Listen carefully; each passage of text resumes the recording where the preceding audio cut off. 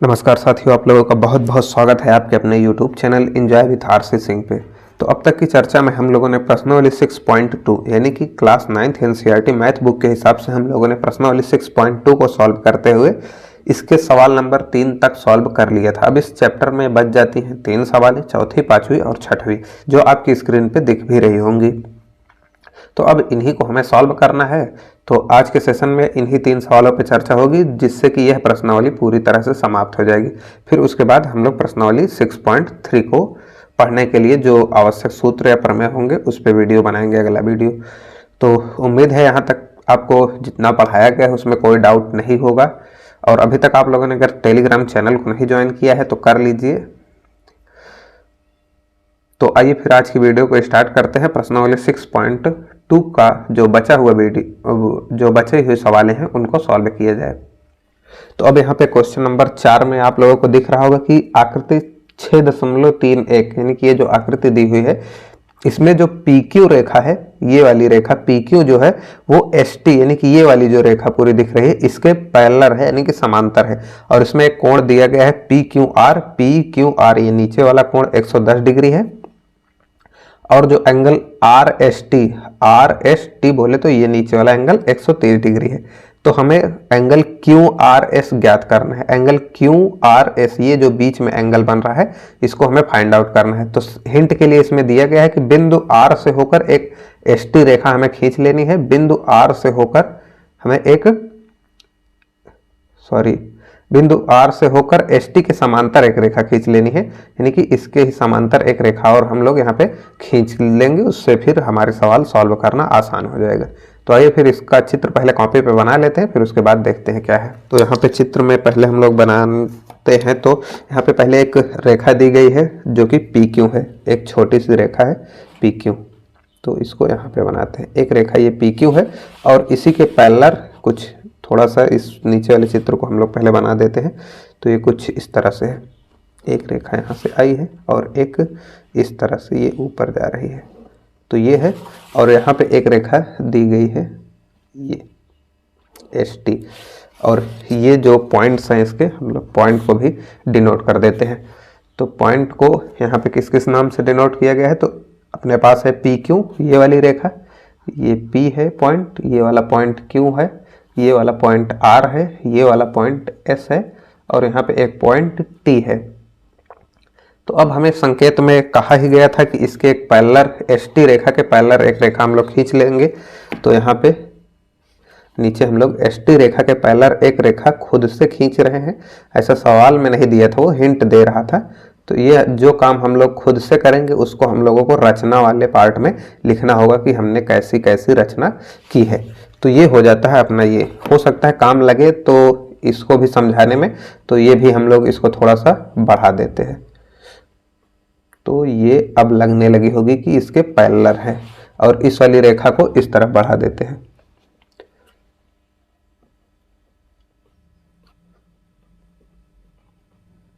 तो ये इनको बढ़ा दिया गया। तो अब ये दोनों देखिए पैरेलल दिखने लगी होंगी। तो यहाँ पे एक पॉइंट हम लोग वैसे ही एज्यूम कर लेते हैं M, एक पॉइंट इधर एज्यूम कर लेते हैं N, और इसको हम लोग इसको भी नाम दे देते हैं, इसको X दे देते हैं नाम, इसको Y, सभी का नाम दे दिया जाता है, बेसिकली कोई बात है नहीं। तो अब यहाँ पे रचना पहले लिखेंगे हम लोग। तो रचना क्या कर रहे हैं हम लोग, या पहले रचना को काट दीजिए, पहले जो दिया गया है उसको लिखिए। तो यहाँ पे दिया गया है, तो दिया क्या क्या गया है हमें कि एक रेखा है जो PQ रेखा है, ये पैरेलल है किसके, ST के, ये बात दी गई थी। और इसमें कुछ एंगल दिए गए थे, जैसे ये वाला एंगल 110 डिग्री दिया था, तो ये 110 डिग्री दिया हुआ था और ये वाला एंगल दिया था 130 डिग्री। तो 130 डिग्री ये वाला एंगल। तो जो एंगल अपने दिए गए हैं PQR, ये दिया गया है 110 डिग्री, और एंगल जो दिया गया है RST,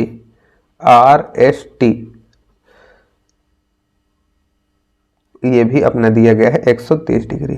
तो इतनी बातें दी गई हैं और हमें दिखाना क्या है, तो हमें निकालना है, यहाँ पे लिख लीजिए ज्ञात करना है। तो ज्ञात करना है। अब ज्ञात क्या करना है, तो हमें एंगल जो है QRS, एंगल QRS हमें ज्ञात करना है। QRS एंगल को ज्ञात करना है, ये वाला एंगल। तो उम्मीद है यहाँ तक की बातें आपको समझ में आ गई होंगी, जो दिया गया है और जो ज्ञात करना है। तो रचना करने से पहले वैसे ही अगर मोटा मोटी इसको समझा जाए तो देखिए, अगर ये वाली रेखा के समांतर हम लोगों ने इस रेखा की रचना की है, तो ये वाला एंगल और ये जो पूरा एंगल बन रहा है ये वाला, ये दोनों एकांतर अंतःकोण होंगे, जिसके हिसाब से ये 130 डिग्री होगा। और इसी रेखा के पैरेलल ये है, तो ये रेखा इसके भी पैरेलल होगी।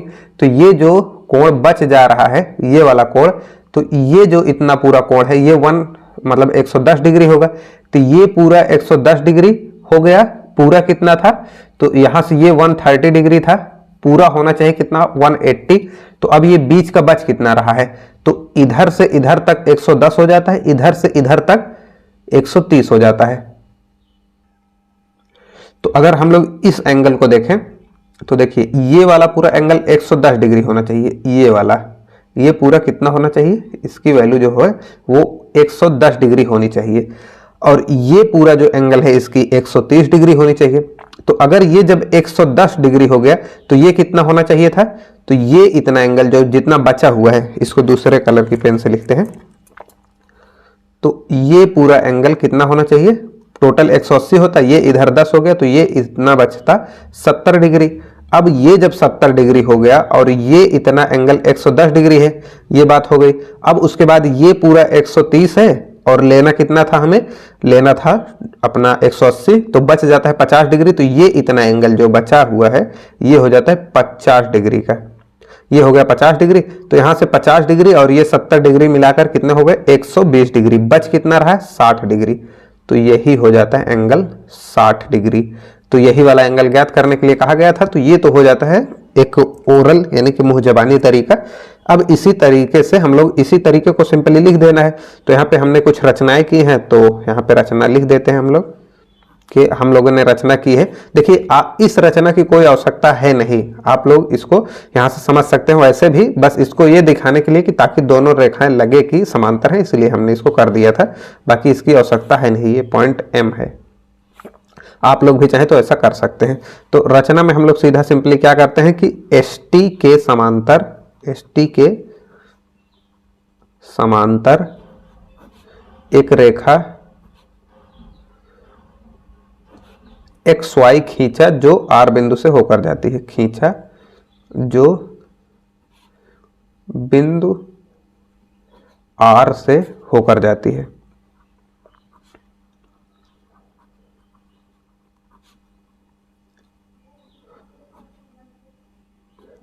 तो ये हो गई। अब देखिए, ये 130 डिग्री है, तो ये पूरा कोण भी 130 डिग्री होगा, क्योंकि दोनों अंतः एकांतर कोण है। यानी कि जो कोण कितना है, TSR या RST कह सकते हैं, RST कहिए या TSR कहिए। तो ये बराबर होगा एंगल किसके, तो जो एंगल है कौन सा, XRQ। तो XRQ नहीं, सॉरी XRQ नहीं होगा, XRS के। तो एंगल XRS के ये वाला एंगल पूरा का पूरा, ये दोनों आपस में बराबर होंगे, अर्थात 130 डिग्री के होंगे। तो दोनों 130 डिग्री के हो गए, इतनी बात हो गई।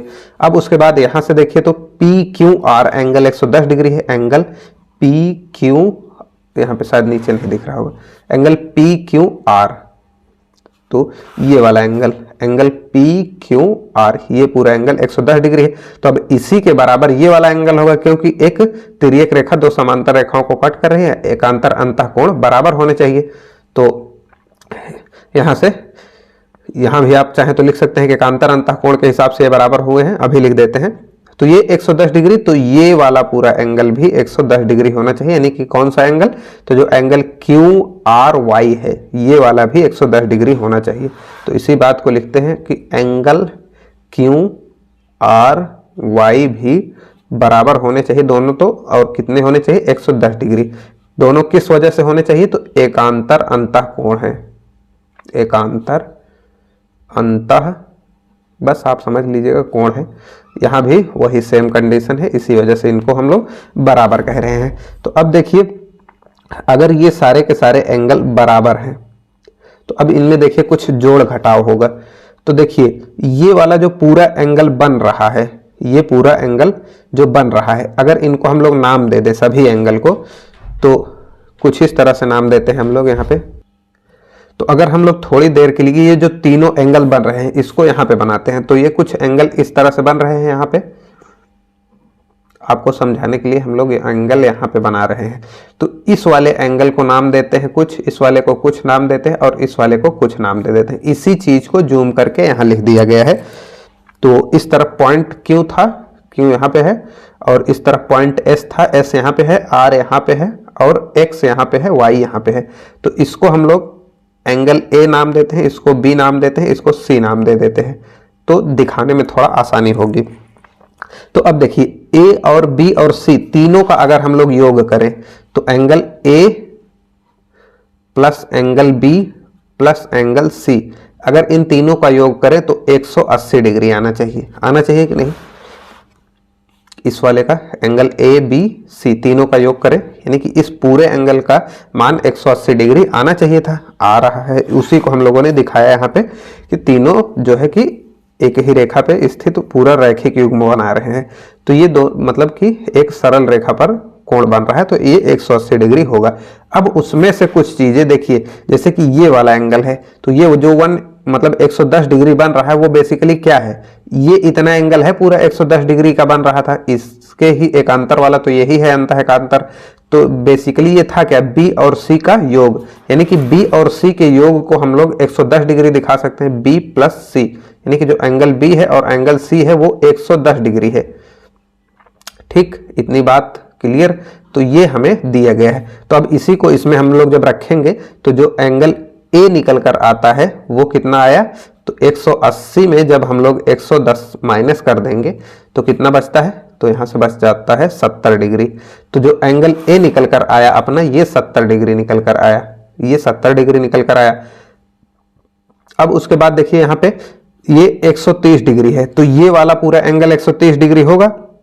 यहां से देखिए तो ये 130 डिग्री है, तो ये पूरा एंगल 130 डिग्री होगा, यानी कि बी और ए का योग 130 डिग्री के बराबर होना चाहिए। तो जो एंगल बी है और प्लस एंगल ए है, इसका योग 130 डिग्री के बराबर होना चाहिए। तो जो एंगल अपना सी बच जाता है वो कितना बच जाता है, तो जो एंगल सी है यहां से इसका मान पूरा इसमें रख देंगे, तो एंगल सी क्या है, तो एंगल सी आता है 180 माइनस 30, 130। तो यहां से बचता है कितना डिग्री, 50 डिग्री। तो ये 50 डिग्री, तो बेसिकली ये वाला एंगल जो है वो 50 डिग्री का बन जाता है। अब उसके बाद यहाँ पे आपको दिखने होगा ये वाला एंगल 50 डिग्री का बन जाता है। इस चित्र में हम लोग इसलिए नहीं दिखा रहे हैं क्योंकि एक बार पहले वर्बली सॉल्व करके हम लोग इस चित्र को बहुत ही गंदा कर चुके हैं।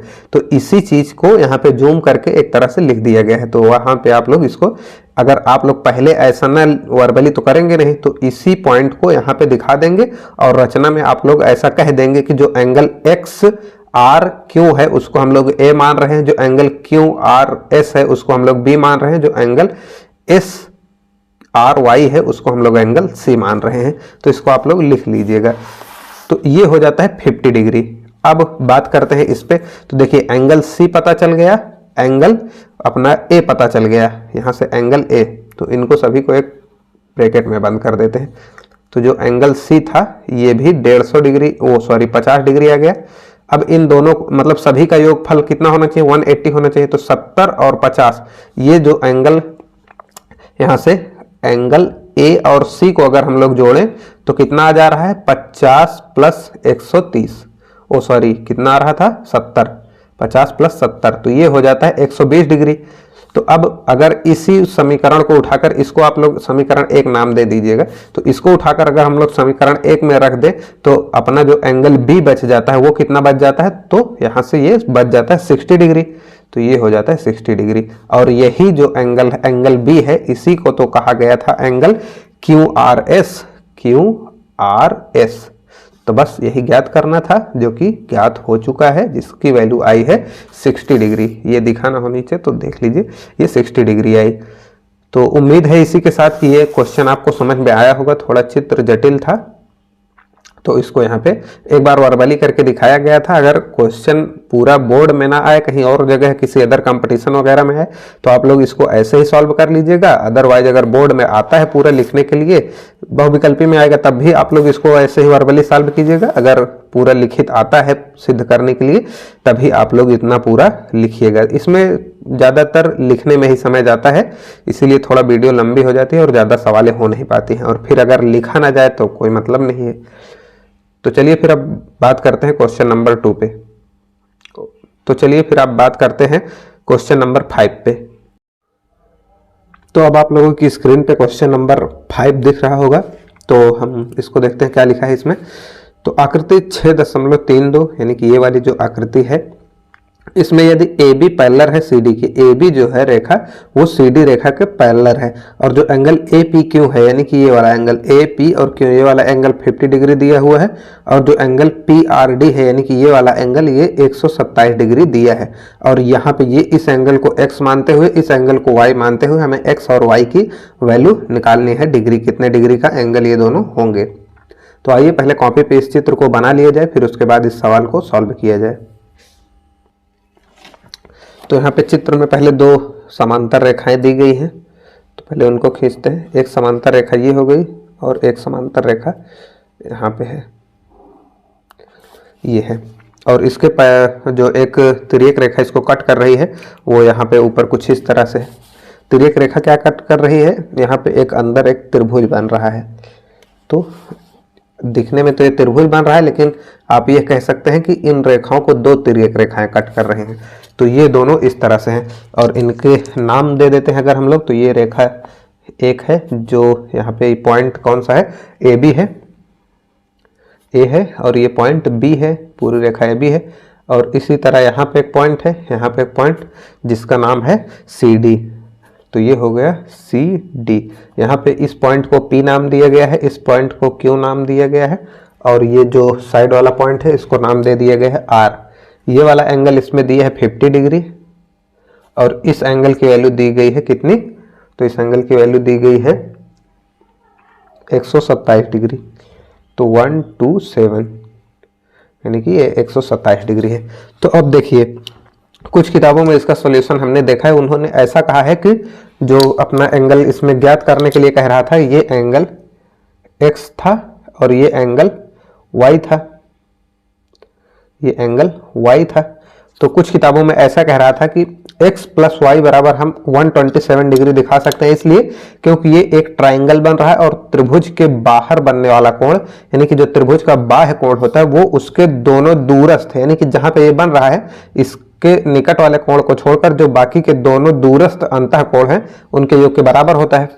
लेकिन अभी तक तो ये अभी हम लोग इसको पढ़े नहीं हैं, अब आगे चलकर इसको बाह्य कोण वाले जो अगला नेक्स्ट लेक्चर होगा शायद उसी में इस पे डिस्कस हो कि ये दोनों कोण बराबर होते हैं। तो अभी नहीं है हमें पता है, तो हम लोग उसका यूज करने से बचना चाहेंगे। बाकी आप लोग के सामने तो पूरा सिलेबस रहेगा, आप लोग जब पेपर में पूछे तब इसका यूज ऐसे भी कर सकते हैं, इसीलिए ऐसा बताया गया कि ये दोनों कोणों का योगफल 127 डिग्री होगा। अगली प्रमेय में आपको समझ में आ जाएगा। तो ये 50 डिग्री ये था, ये अपना 127 डिग्री था। तो अब देखिए ये अगर 127 डिग्री है तो ये पूरा कोण भी 127 डिग्री होना चाहिए, यानी कि 50 और y को हम लोग जोड़ दें तो 127 डिग्री हो जाना चाहिए, क्योंकि अंतः एकांतर कोण है। ये एक तिर्यक रेखा इसको कट कर रही है, पी आर एक तिर्यक रेखा कट कर रही है, जिससे 127 डिग्री का यहाँ कोण बन रहा है। तो यहाँ भी 127 बनना चाहिए, जो कि 50 + y के रूप में लिखा हुआ है। तो ये 50 + y का मान जो है 127 डिग्री आ जाता है। तो अब ये इसमें से 50 डिग्री ये निकल गया और ये बचा कितना, 77 डिग्री, ओ सॉरी 77 नहीं बचेगा, हाँ 77 ही बचेगा। ये 77 डिग्री y की वैल्यू बचती है।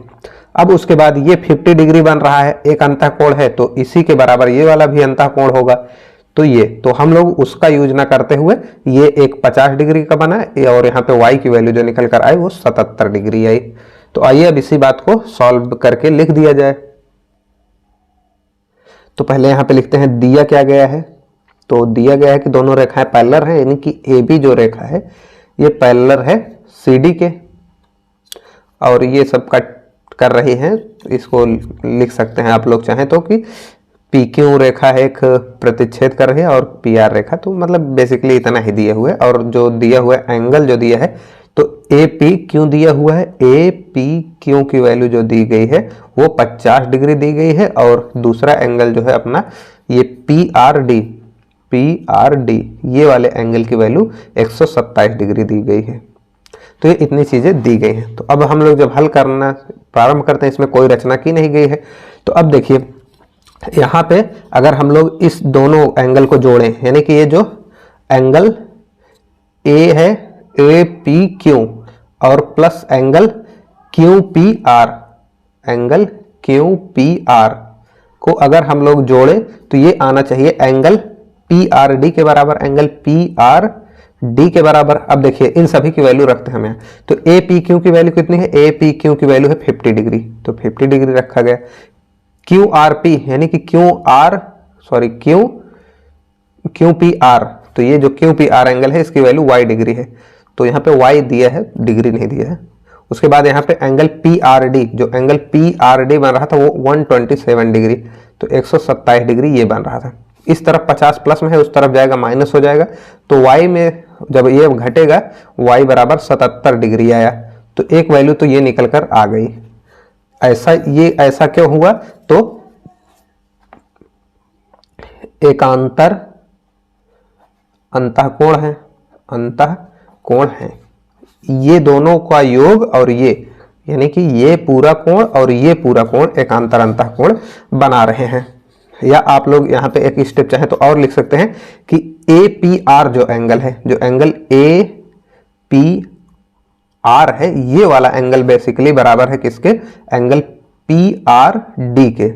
तो ये स्टेप पहले लिखना ज़्यादा उचित होगा, मतलब थोड़ा सवाल और अच्छी हो जाएगी और इसमें स्पष्ट हो जाएगा कि जो एंगल ए पी आर बन रहा था ये पूरा एंगल ये इसके बराबर था एकांतर अंतःकोण के हिसाब से, तो इस वाले कोण को हम लोग इन दोनों के योग के रूप में लिख सकते हैं। यहाँ पे देख ही रहा था सवाल में, तो सिंपली यही हो जाता है, y आ गया।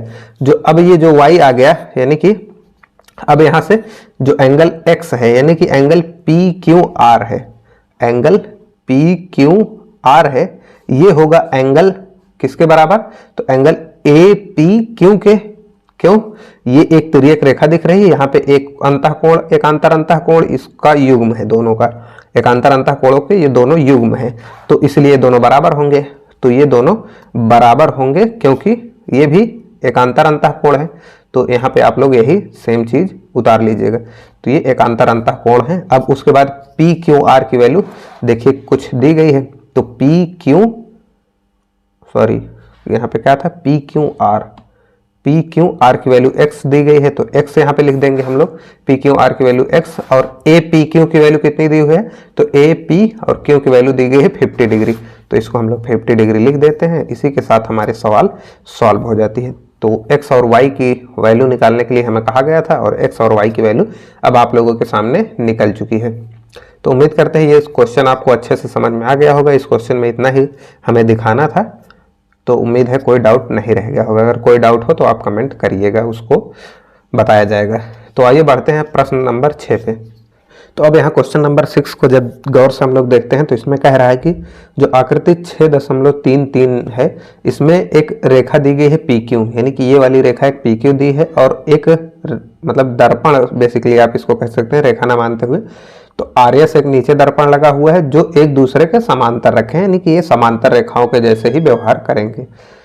अब उसके बाद एक आपतित किरण है, ये वाली ए बी नाम है जिसका, दर्पण पर पी क्यू से बी पर टकराती है। जो दर्पण पी क्यू है उस पे बी पॉइंट पे ये टकराती है, और परावर्तित किरण पथ बीसी पर, यानी कि जो पथ बीसी दिख रहा है इस पे परावर्तित किरण वापस आती है, चलकर दर्पण आरएस, ये जो दर्पण नीचे आरएस लगा है इसके पॉइंट सी पे टकराती है तथा पुनः सीडी पथ पर निकल जाती है। तो हमें ये दर्शाना है कि ये जो रेखा ए बी है और ये जो रेखा सी डी है ये दोनों समांतर होंगी। तो यहाँ पे इतना ही। अब आइए इसको कॉपी पे सॉल्व करते हैं, पहले चित्र बनाते हैं फिर सॉल्व करते हैं। तो ये क्वेश्चन थोड़ा अलग लेवल का है, मतलब थोड़ा इसमें फिजिक्स भी लगाना पड़ेगा, तो इसलिए इसको ध्यान से देखिएगा। तो अब यहाँ पहले बनाते हैं हम लोग चित्र। तो चित्र में एक दर्पण ऊपर लगा हुआ है, तो पहले ऊपर का ही दर्पण बनाते हैं। ये कुछ इस तरह से एक दर्पण लगा हुआ है ऊपर और एक दर्पण लगा हुआ है नीचे। तो ये एक दर्पण नीचे लगा हुआ है। आप लोग इस पे ये जो कलाई की हुई है इसको आप लोग कर लीजिएगा, हम लोग इसको as a Rekha he treat करने वाले हैं। तो ये कुछ इस तरह से, इनका नाम भी कुछ है, तो पी क्यू और आर एस है। ये पी था पॉइंट, ये क्यू था, यहाँ पे एक पॉइंट आर है और नीचे इसी पर एक लास्ट पॉइंट एस है। तो यहाँ से अब एक रेखा मतलब एक आपतित किरण जो है ये यहाँ से निकलती है ए और इस तरह से जाकर इसको बी पॉइंट पे मीट करती है जो दर्पण अपना पी क्यू है। ऐसे ही लैंग्वेज है कुछ, और यहाँ से ए पॉइंट से ये निकली थी, तो ये कुछ इस तरह से जाके यहाँ पे मीट करती है और परावर्तित होकर जो है कि लौटती है और फिर ये जो दर्पण नीचे दिया हुआ है इसके सी पॉइंट पे ये फिर से आती है और ये यहाँ से। अब इस वाले दर्पण के लिए तो ये परावर्तित किरण हो गई, लेकिन इस वाले दर्पण के लिए ये अब आपतित किरण हो गई। अब ये फिर से इसको रिफ्लेक्ट करेगा यानी कि परावर्तित करेगा, जो कि डी दिशा में भेज देता है इसको। तो ये इस तरह से यहाँ पे डी पॉइंट डिनोट किया गया है कि इस तरफ कहीं पॉइंट डी है। तो ये हो जाता है बेसिकली इसका चित्र। ये दर्पण थे, अपना वो कलाई आप इस पे कर लीजिएगा। तो अब इसमें ये कहा था कि जो एंगल जो रेखा ए बी है ये सी डी के पैरेलल दिखानी है और पी क्यू रेखा आर एस के पैरेलल है, ये दिया है। तो हमें दिया क्या गया है, तो दिया गया है कि जो पी क्यू रेखा है ये पैरेलल है आर एस के, और ये सभी आपतित किरणें वगैरह ये सब तो दिया ही गया है। तो अब इसमें कुछ हमें रचनाएं करनी पड़ेंगी। तो रचनाएं करने के लिए हम लोग क्या करते हैं, पहले एक इसमें आपतन कोण और परावर्तन कोण दिखाने के लिए अभिलंब होना बहुत ही जरूरी है। ये बात आपको फिजिक्स में दर्पण वाले चैप्टर में पढ़ाई गई होगी। तो यहाँ से हम लोग बी पॉइंट से एक अभिलंब डालते हैं जो दर्पण नीचे लगा हुआ है, कौन सा, आर एस। तो आर एस पे एक हम लोग अभिलंब डालते हैं, यहाँ से कहाँ से, बी से। तो ये बी से एक अभिलंब हम लोगों ने डाला। इसी तरह से सी पॉइंट से एक अभिलंब डालते हैं हम लोग, कहाँ पे, तो जो दर्पण है पी क्यू पर। तो ये यहाँ से एक अभिलंब डाला पी क्यू पर। तो ये दोनों हो जाते हैं अभिलंब। अब इसमें जो है आपतन कोण और अपवर्तन कोण, तो देखिए आपतन कोण को आई से दिखाया जाता है और परावर्तन कोण को आर से। तो ये हम इसको नाम दे देते हैं I1 पहला परावर्तन आपतन कोण, और इसको आर से दिखाते हैं तो इसको R2 नाम देते, R1 नाम देते हैं, यानी कि पहला परावर्तित कोण। अब ये आकर इसके लिए आपतित किरण हो गई, तो यहाँ पे जो एंगल बना ये I2 यानी कि दूसरा आपतन कोण, और इस तरफ जो गया ये दूसरा R2 इसको नाम दे दिया गया, यानी कि दूसरा परावर्तन कोण। तो इतना कॉन्सेप्ट यहाँ पे लगा। अब देखिए ये चूंकि अभिलंब है तो इस तरफ भी 90 डिग्री बनाएगी और इस तरफ भी 90 डिग्री, यहाँ पे दोनों तरफ 90 बना ही रही है। यहाँ पे भी ये पूरा 90 बनाएगी, ये पूरा 90 बनाएगी। तो अब इसमें कुछ जैसे ये वाला एंगल है तो ये कितना होगा, तो ये 90 पूरा तो 90 होता, लेकिन 90 माइनस I1 है। तो ये पूरा एंगल कितना है, 90 माइनस I1 है। उसी प्रकार से इधर की बात की जाए तो ये 90 माइनस R2 होगा। वैसे ही यहाँ पे ये वाला जो एंगल होगा ये होगा 90 माइनस R2। अब यहाँ पे जो रचना हमने की है उसको हम लोग लिख देते हैं। तो रचना में हम लोगों ने क्या किया कि बिंदु B से एक अभिलंब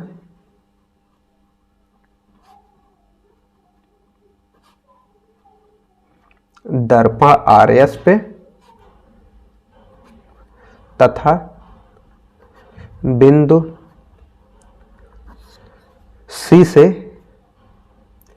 एक अभिलंब, ऐसा लिखते आइएगा, दर्पण PQ पर डाला। यानी कि यहां पे दोनों बातें आपको क्लियर हो गई होंगी। तो अब देखिए चूंकि हमारे पास ये कहा गया है कि जो PQ है ये बराबर होगी RS के, PQ RS के बराबर है। तो अब ये पैरेलल है।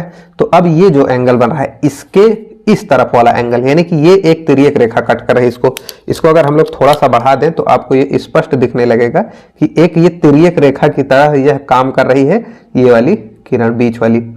तो ये अगर एक तिर्यक रेखा की तरह कट कर रही है तो देखिए ये पूरा एंगल जो बन रहा है, यानी कि इसमें R1 शामिल है, I1 शामिल है और ये 90 माइनस I1, ये पूरा कोण इस तरफ बन रहा है। तो इस तरफ बनने वाले कोणों के कुल योग के बराबर होना चाहिए, क्योंकि एकांतर अंतः कोणों का योगफल बराबर होता है इस हिसाब से। तो अब इस हिसाब से यहाँ पे हम लोग लिख सकते हैं कि चूंकि ये दोनों पैरेलल हैं, इसलिए हम लोग कह सकते हैं कि जो अपना एंगल बन रहा है, कौन कौन सा एंगल, 90 माइनस I1 बन रहा है, और इसमें प्लस करेंगे हम लोग I1 को, प्लस करेंगे R1 को, तो ये टोटल हो जाना चाहिए किसके बराबर, तो इन सारे एंगल के बराबर। यानी कि इस तरफ से जोड़ना शुरू करते हैं तो 90 माइनस R2 के प्लस R2 के बराबर होना चाहिए, प्लस I1 के बराबर होना चाहिए। यानी कि सभी को जोड़ने पर ये बराबर हो जाना चाहिए था।